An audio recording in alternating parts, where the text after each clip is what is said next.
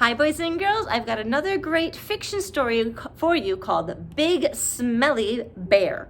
Let's see if Big Smelly Bear ends up taking a bath and becomes Big Clean Bear. Let's find out.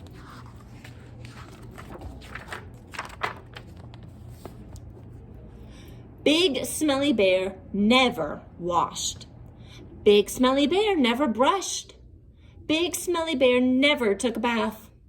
Big Smelly Bear was followed by a big, smelly stink wherever he went. Flies buzzed all around him, but they were the only ones that ever came close. When the animals in the forest got a whiff of Big Smelly Bear, they ran away as quickly as they could. None of this seemed to bother Big Smelly Bear. But sometimes he did think that it would be nice to have a friend.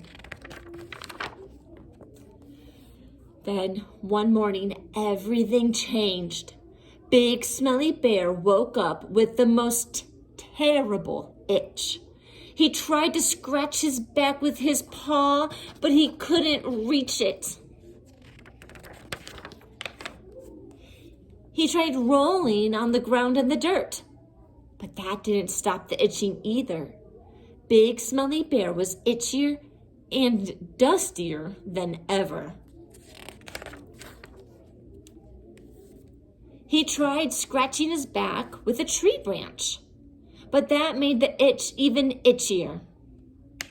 He tried rubbing his back against the trunk of an old tree, but that didn't help at all. "I would scratch your back for you," said a voice from above, "but you are much too smelly." Big Smelly Bear looked up and saw a big fluffy bear sitting in some branches. Big Fluffy Bear smiled at Big Smelly Bear. "Why don't you take a bath?" asked Big Fluffy Bear. "Then you wouldn't itch or smell." "Because I don't need a bath," replied Big Smelly Bear. "Yes, you do," said Big Fluffy Bear. "No, I don't," said Big Smelly Bear.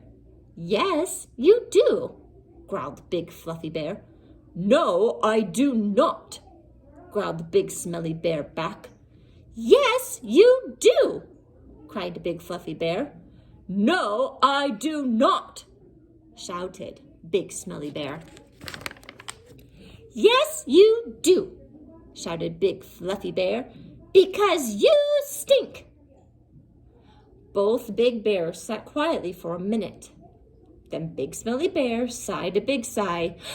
"Oh, all right," he said, as he stomped off grumpily down the hill to the pond.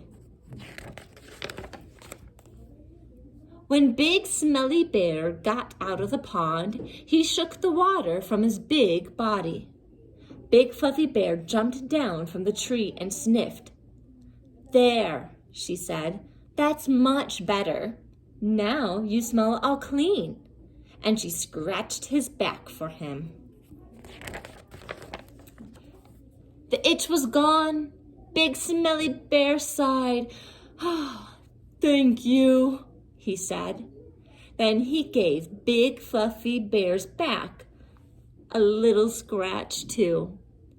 "I'm not going to take any more baths," said Big Smelly Bear.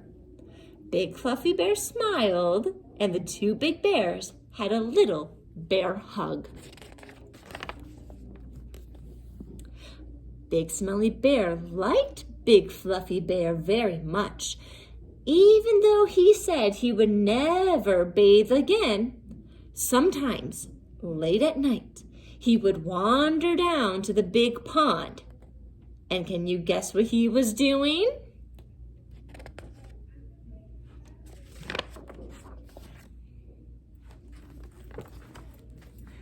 I hope you enjoyed the story of the Big Smelly Bear who was all sneaky about taking his baths at the end, right? Because he said he would never do it, but he really did. So our friends and our family can have a really great and a positive impact on our lives, okay? So what's something a family member or a friend has done for you and to make your life even better? Just like Big Fluffy Bear made Big Smelly Bear's life better by giving him company and being a friend and being there for him. So in return, Big Smelly Bear did do those baths because he wanted to keep his friendship, okay? He wanted to continue to hang out with Big Fluffy Bear, so that's why he would take his baths. So think about how someone has been in your life and how that makes you feel toward them and what you would do for them, okay? Just the same way that Big Smelly Bear did for Big Fluffy Bear. All right, boys and girls, until next time, have a great day.